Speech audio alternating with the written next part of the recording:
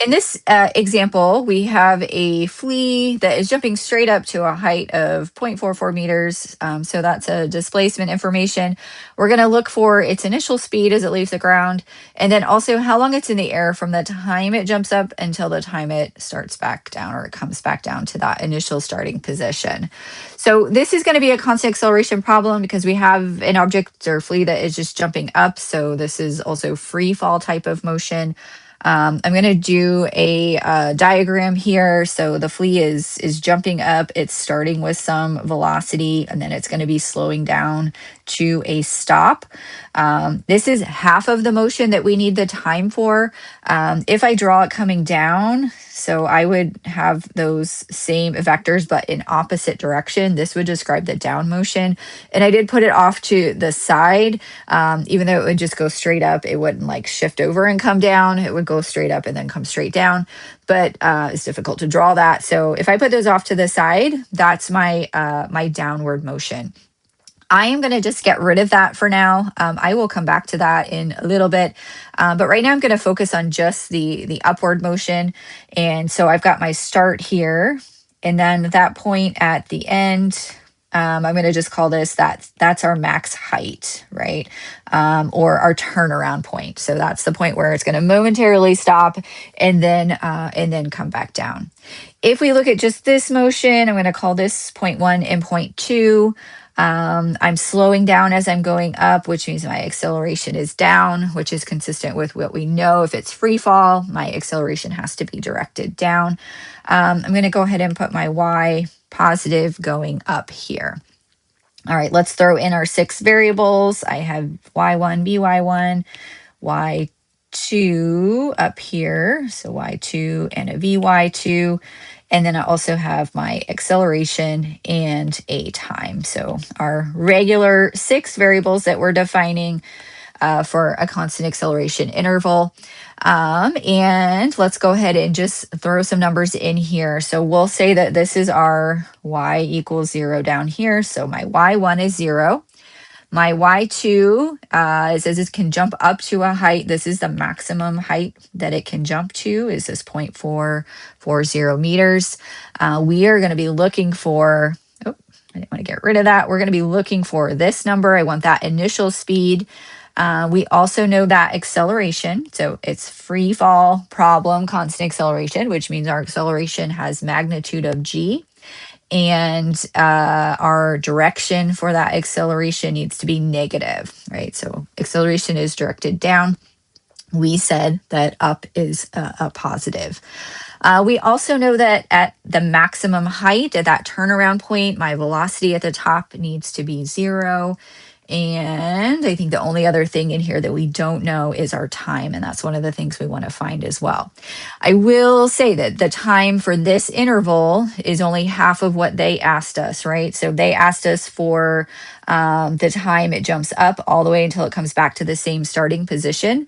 So if I find this time for this interval, I just need to double it. So I know that the time it takes to go up is going to be exactly the same as the time it takes to come down, because that acceleration is the same going up as it is coming down. So that interval is going to require time up equal time down. So I can just find the time for this interval, and then we will multiply that by 2. All right, so 2 things that we need. I'll go ahead and highlight. We do also want the time here. So 2 things we need. We have 4 of the 6 variables. I can take a look at my velocity. If we look at our 3 equations, actually, I'll just throw these over here. So I have a vy2 is a vy1. Of course, these are on your equation sheet, right? So there's one of our equations. If I think about, can I use this equation to solve for either t or vy1? I have 2 unknowns here, so that equation itself is not going to help. I have a y2 equals y1, vy1t plus 1/2 ay t squared. So in here, again, I've got this and this. So I have 2 unknowns, 1 equation, and then our last equation is vy2 squared, vy1 squared.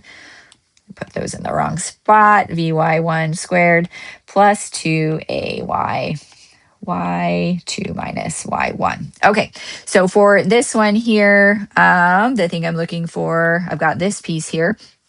I have everything else. I know everything else in that one. So I'm going to start, I can't use these two equations first, but if I use this equation to solve for Vy1, then I would know this, and then I can pick one of those to solve for or solve for my time.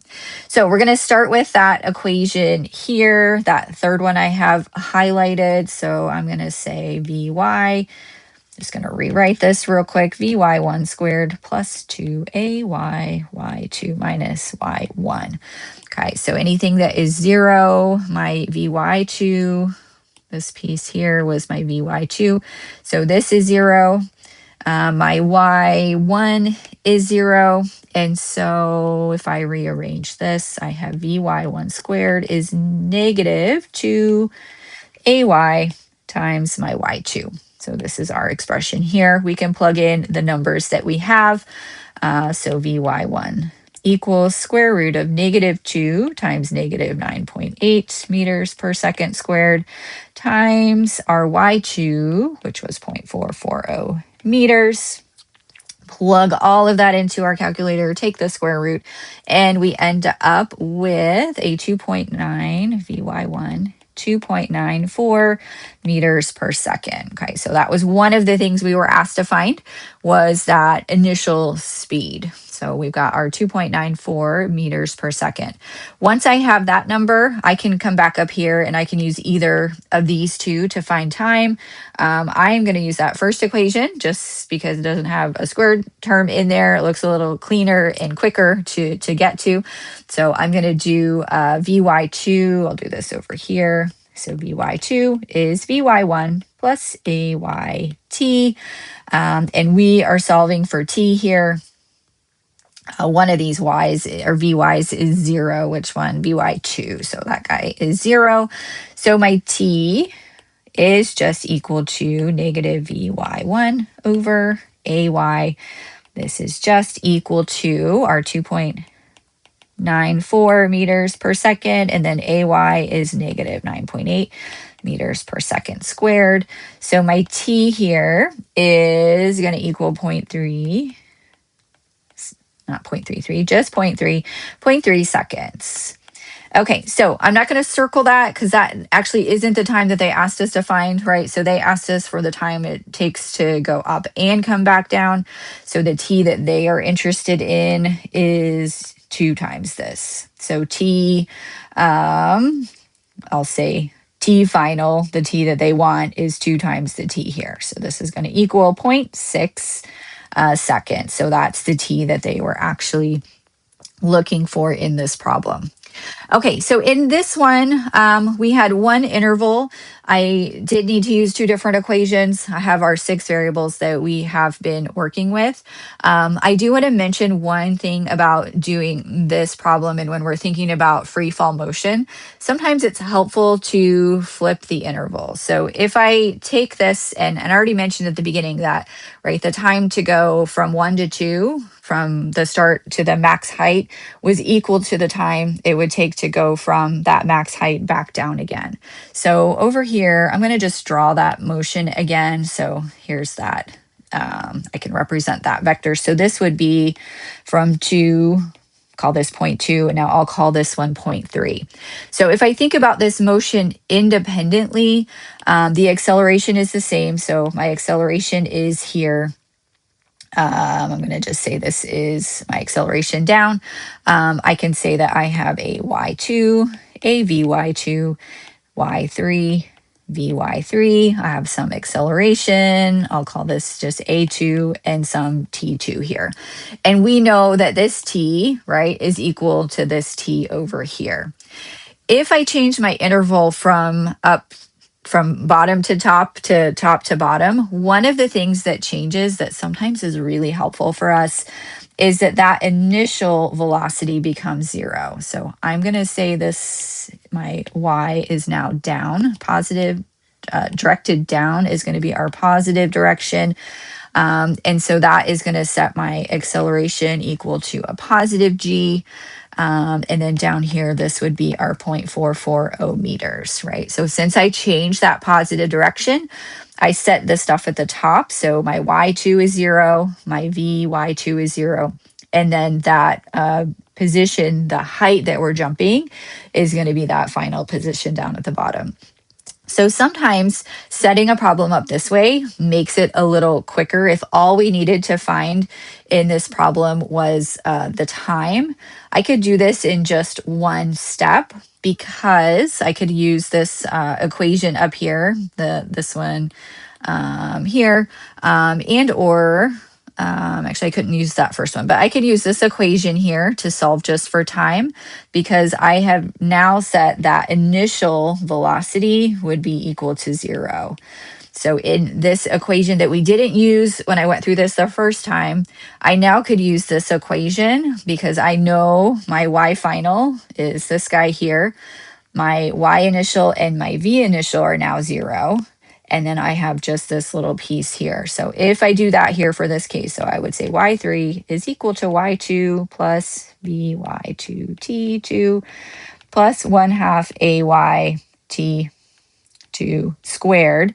So if I use the diagram I have set up over here, again, this guy is 0, this is 0, and I can rearrange this to solve for my t. So T2 is equal to 2y3 divided by my AY2, and then we would square root that. So if I plug in these values, this is 2 times the 0.440 meters over my 9. It's not negative this time because we changed our direction. This is just 9.8 meters per second squared. I end up with, again, the same thing. This is still just going to give me my 3 seconds, right? So this, depending on what we were looking for, the problem actually asked for velocity. So I needed to find this anyway. But using the bottom to top approach, if they had only asked for time, I still would have had to done this extra step, right? I needed to find that initial velocity to find the time. Sometimes it makes sense to just remember that the time to go up is equal to the time to go down. And if we're coming down from a maximum position, then we know that that velocity at the top of the motion is equal to 0. And changing our direction of our interval to where that initial velocity is 0 helps simplify, right? That initial velocity is actually in all of our equations, and it's nice to zero something out. So either way is totally fine. So a lot of problems that we're going to work in here, there are going to be multiple ways to approach them, and you want to try to be as efficient as possible and really kind of understand the context of all the different directions in which you can approach a problem.